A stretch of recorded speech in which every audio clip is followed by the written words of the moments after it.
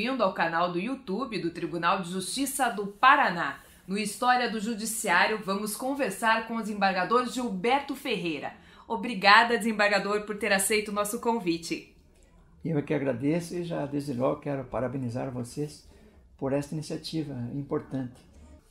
Eu gostaria de começar a nossa conversa, desembargador, falando do senhor, do desembargador Gilberto, que gosta de prosa, de rima, de poesia. Como é que começou essa paixão na sua vida?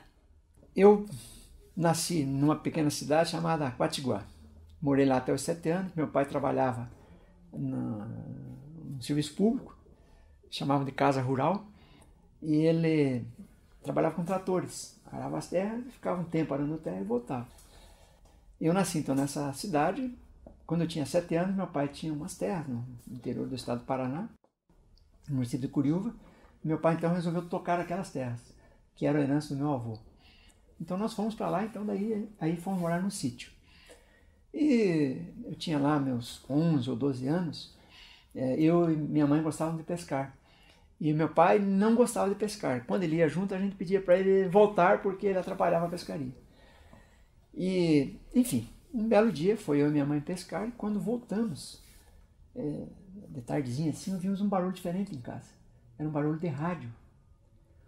Porque até então só uma pessoa, só uma família tinha rádio lá no sítio. E de noite as pessoas iam lá para ouvir o rádio. E aquele dia chegamos em casa e ouvimos aquele barulho. Era um rádio verde assim, chamado Star Sonic. Eu ficava maravilhado, né, com aquele rádio, com aquela maravilha, né, ouvia. Então eu passei toda noite, depois que meu pai ouvia os programas dele, ele gostava da notícia, eu passava a ouvir. Então eu ouvia rádios do exterior, eu me lembro da BBC de Londres, da Rússia, da Alemanha, né, que eles tinham aquele horário para o Brasil, tinha ondas curtas, então o som chegava muito, muito bem. Eu ouvia também as músicas do Rio Grande do Sul, e ouvindo as músicas do Rio Grande do Sul, eles tinham lá trovadores, né? Os gaúchos trovavam muito, era um repente que eles faziam entre um e outro, com rimas, e eu gostava muito daquilo. Então aquilo começou a me marcar. E eu, quando menino, comecei a tentar já fazer trovas também, às vezes topando algum tipo de desafio. Quando chegava alguém que queria fazer trovas, eu enfrentava desafiando e fazia lá minhas rimas todas atrapalhadas. Isso eu era menino. Depois, quando eu fui juiz em São Jerônimo da Serra, um belo dia recebi a visita de um senhor, de um advogado de idade. Ele chegou para mim e disse o seguinte: doutor, o senhor não se importa de a gente conversar todo dia, uns 15, 20 minutos de manhã, sobre temas variados? Eu falei, claro, é uma honra receber o senhor, então o senhor pode vir, todas as manhãs vamos conversar. E ele vinha, todas as manhãs ele vinha para a gente conversar. Ele era um homem muito culto, chamava-se Adalberto Dutra Rezende. O doutor Adalberto era um advogado, já advogado daquela altura aposentado, e eu não sabia, mas ele era um dos maiores trovadores do Brasil. E na medida que nós fomos conversando, ele foi me falando das trovas, do que era a trova, como era a trova. E falou que esse movimento, eles pretendiam fazer lá um concurso de trovas. E esse concurso funcionava assim: eles escolhem um nome, por exemplo, um tema, amor. Daí os trovadores do Brasil inteiro e da língua portuguesa, então tem muita gente de fora também que concorre. E aí eles escolhem as melhores trovas sobre o amor. E daí naquele dia, no dia da entrega dos prêmios, que são meros diplomas, as pessoas que ganham vêm para aquela cidade. E as pessoas da cidade, elas recebem. Então elas não pagam hospedagem, porque elas ficam hospedadas na casa de alguém. Então ele me dizia isso: então nós vamos fazer aqui um movimento desse, vamos receber pessoas, o senhor vai receber alguém na sua casa. E legal. E daí foi feito lá, então, um desses movimentos. E eu recebi na minha casa um trovador de São Paulo, chamado Iso Goldman. Eu também não sabia, mas ele também era um dos maiores do Brasil, trovadores. Em razão disso, eu comecei a gostar, assim mais, né, daquilo que eu já gostava. E depois eu comecei então a desenvolver, porque tem técnica, você tem que fazer a trova de acordo com a metrificação, né? Tem que ter, uma estrofe tem que ter 4 versos, o primeiro tem que rimar com o terceiro, o segundo com o quarto, em regra, mas todos eles têm que ter 7 sílabas tônicas. E o objetivo da trova é fazer com que a declamação fique musical, soe bem aos ouvidos. Então qualquer trova fica bonita, como por exemplo, uma trova que eu sempre declamo para minha amada esposa: quando deito do teu lado e acordo nos braços teus, viajo no céu estrelado e chego mais perto de Deus. Desembargador, além do senhor escrever poesias, o senhor também tem alguns livros publicados. E como é que surgiu essa paixão e esse despertar pela escrita? O senhor lembra a história das primeiras linhas quando o senhor iniciou o primeiro livro? Bom, escrever eu acho que é uma coisa nata, né? Já meio que nasce com a gente tem uns que tem facilidade para escrever, outros têm facilidade para cantar, para pintar. Por exemplo, eu não tenho nenhum jeito para pintura, para desenhar. Meus desenhos são horríveis, eu não tenho nenhuma habilidade para isso. Mas já para escrever eu tenho algum tipo de habilidade, isso é mais fácil para mim. E eu vivi no período da ditadura, quando estudante atravessava um período da ditadura. E havia muita repressão, havia muita preocupação com o que você falava, com o que você pensava. E então na faculdade eu escrevia assim, algumas críticas, fazia algumas críticas ao sistema, na faculdade. Eu fazia contando pequenas histórias, então eu escrevia, imaginava uma história, né? Então foi assim, daí comecei a escrever pequenas poesias, publicava no nosso jornal Folha Acadêmica da faculdade. E assim foi. Depois, eu fazendo mestrado, eu vi a necessidade de escrever sobre a aplicação da pena, porque não havia, então, nenhuma obra específica sobre a aplicação da pena. O que tínhamos eram capítulos em livros, que eu achava muito pouco. Pô, a sentença é o fundamental da atividade do juiz, né? A parte mais importante do juiz é a sentença. Pelo menos a gente pensava assim na época. Daí eu resolvi, então, fazendo mestrado, resolvi direcionar a minha dissertação de mestrado para a aplicação da pena. Daí fiz uma obra que foi publicada pela Editora Forense e teve algum sucesso. Ela circulou bastante no Brasil, até hoje ainda é citada, embora já esteja fora do mercado já há muitos anos. Eu preciso reatualizá-la. E onde o senhor busca inspiração, desembargador? Para escrever, para redigir os versos, as rimas? De onde vem isso? Pois é, eu sou, na verdade, um contador de histórias, né? E as histórias, elas nascem em todo momento, né? Eu não me lembro, um dia eu estava no elevador, tinha uma fila de mulheres com roupas azuis e uma fila de mulheres com roupas cinzas. Umas trabalhavam de ascensoristas e outras trabalhavam na serviço de limpeza. Então havia essa diferença entre elas. E uma perguntou para a outra, você faz curso?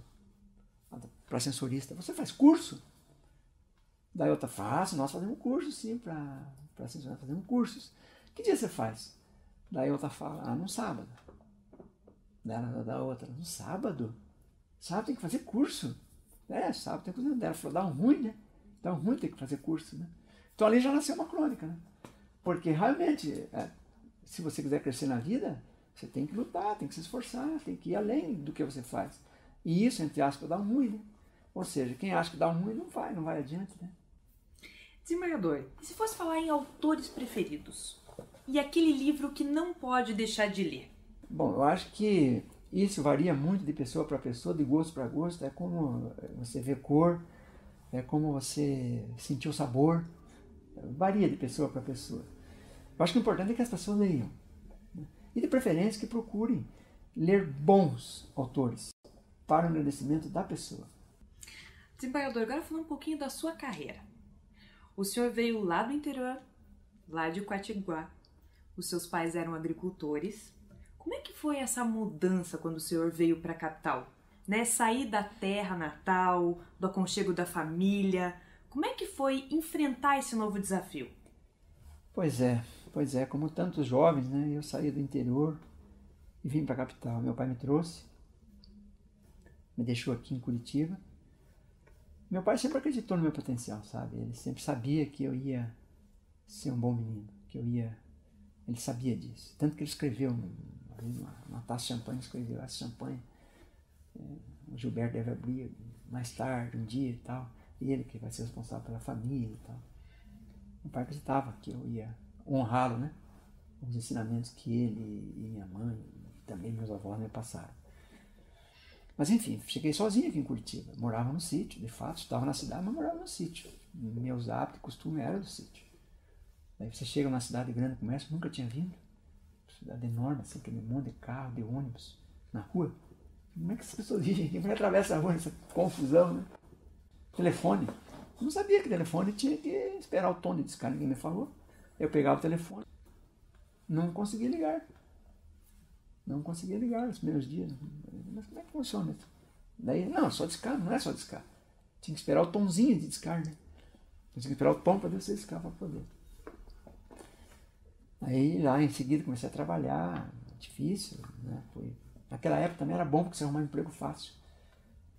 Mas enfim, vim para a capital, fui para cá do estudante universitário, fui morar lá, foi um período muito bom na minha vida, maravilhoso morar na CEL. E tive grandes convivências, grandes amigos, aprendi muito lá também. Também lá começou a desenvolver um lado político meu que era participar da direção da casa. Então, concorrer às eleições de lá, perdemos. Nosso grupo sempre perdeu as eleições da CEL. Todos 1 voto, 2 votos, era assim os resultados, mas nós perdemos. E na faculdade também participava do diretório acadêmico, só que na faculdade a gente ganhava. E muitos dos meus amigos que moravam na CEL e que nos venciam na CEL, na faculdade eles perdiam. Eles eram derrotados porque na faculdade o nosso grupo era mais forte. Mas foi um período bom desse na minha vida. Aí eu fiz concurso para escrivão de polícia. Um grupo fez escrivão de polícia no Paraná e outro grupo fez para escrivão de polícia federal. Então passamos, uns foram para a Polícia Federal e eu fui para a Polícia Civil. E a vida sempre, eu sempre tive sorte assim na vida, sabe? E depois que eu passei no concurso, eles me designaram para o interior, para uma cidade chamada Rebouças. E não dava para eu ficar lá em Rebouças e aqui. Como é que eu ia fazer? Então eu falei, eu vou sair do meu emprego, vou deixar meu emprego e vou continuar estudando em Curitiba, óbvio. Mas era no mês de julho. E daí eu fui para lá, daí o delegado falou comigo, disse, não, Gilberto, nós precisamos muito aqui de um escrivão, nós não temos. E o juiz também quer. Vamos conversar com o juiz. Eu fui conversar com o juiz, meu grande amigo que se tornou depois, doutor Manassés. Manassés falou, olha, Gilberto, nós precisamos de um escrivão aqui mesmo. E desde que faça o serviço, não importa onde, como você faça. O importante é que você faça o serviço. Daí eu falei, e o delegado falou, ó, Gilberto, você pode levar o serviço para fazer em Curitiba. Então você vem, faz a audiência e leva o serviço para fazer em Curitiba. Então lá eu inaugurei o tal do teletrabalho. E com isso eu pude fazer a minha faculdade e trabalhar, com que eu ganhava o meu sustento. Terminando a faculdade, fui advogar. Já tive sorte porque, terminada a faculdade, já fui no escritório de advocacia, que era um dos melhores aqui de Curitiba, muito bom, e fui advogar ali. Eu advoguei por 5 anos. Aí, nesse meio de tempo, já havia, aí eu sempre tive também o propósito de seguir a carreira de magistratura. Desembargador, e quando o senhor recebeu o resultado da aprovação no concurso da magistratura e descobriu que ia regressar para o interior, como é que foi essa notícia? Como é que foi essa experiência? Bom, com certeza é uma das melhores da minha vida. Nossa, eu fiquei muito feliz. Eu recebi um telefonema, né? Me afirmaram por telefone. Você passou no concurso e tal. Tem que vir ao tribunal. Eu fiquei muito feliz, muito alegre, sabe? Daí toda a família, né? Isso vai informando que tinha que telefonar para as pessoas, não era tão rápido como agora. Foi muito legal. Daí eu tomei posse aqui no tribunal, né? Tudo é marcante na vida da gente. Dessas coisas a gente não esquece mesmo. Foi muito gratificante. E daí eu fui para o interior, fui para Jacarezinho. Começar a carreira lá como juiz. Em julho de 1984. Lá eu cheguei, de terno, um calor danado, em julho, calorzão. O juiz olhou para mim e falou assim, doutor Eduardo Fagundes, se você é o juiz substituto, né? Como é que o senhor sabe? Que pergunta mais boba, né? Havia vaga para juiz substituto, esperando chegar o juiz substituto. Chega alguém de terno, naquele calor danado de Jacarezinho, era o juiz substituto chegando. O senhor foi pioneiro ao criar a Central de Penas Alternativas. Foi a primeira no Brasil. Como é que surgiu essa ideia, desembargador?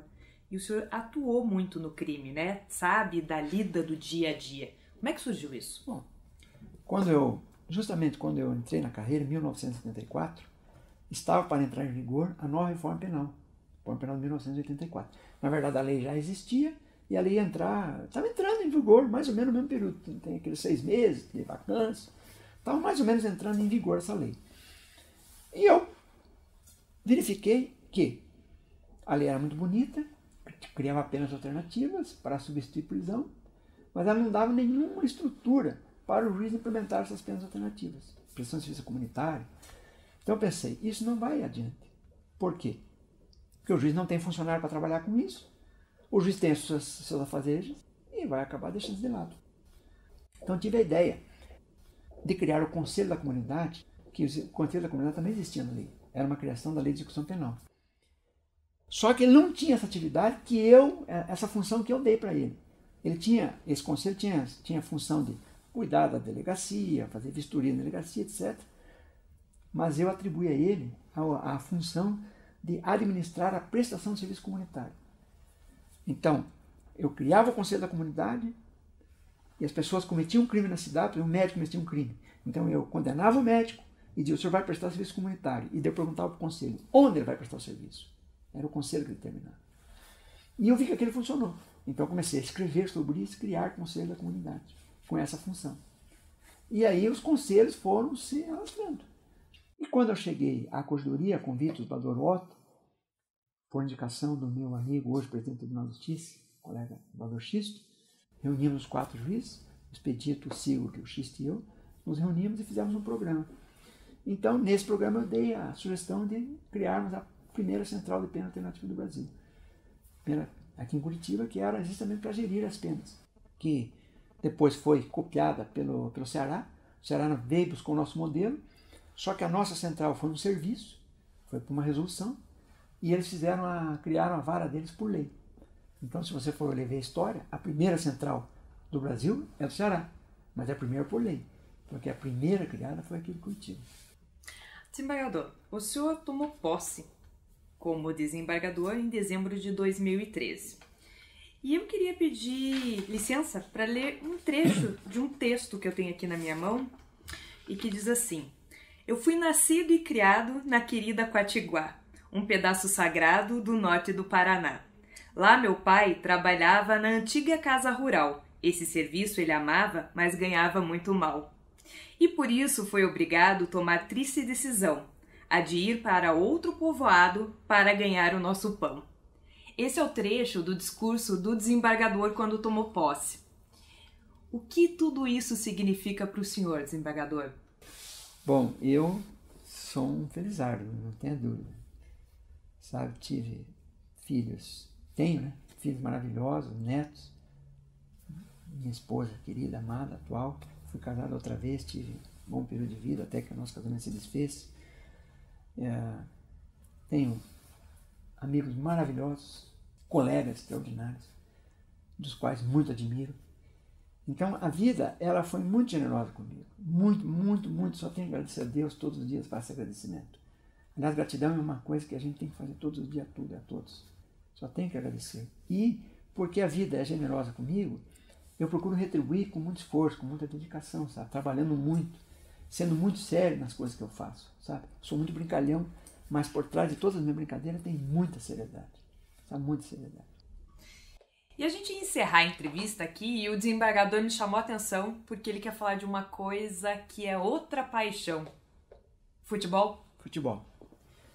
Futebol sempre foi realmente minha paixão. Toda a minha vida sempre gostei de jogar futebol. E o futebol, ele, como todo esporte, né, ele tem assim, muitas virtudes, que é de aproximar as pessoas, então fazer amizades, que é de ensinar a pessoa a perder, né? A criança principalmente, a criança que pratica esportes, esse esporte de competição, ela aprende a perder, coisa que normalmente ela não quer perder na vida. E ela precisa aprender a perder, porque a vida não só se ganha, né?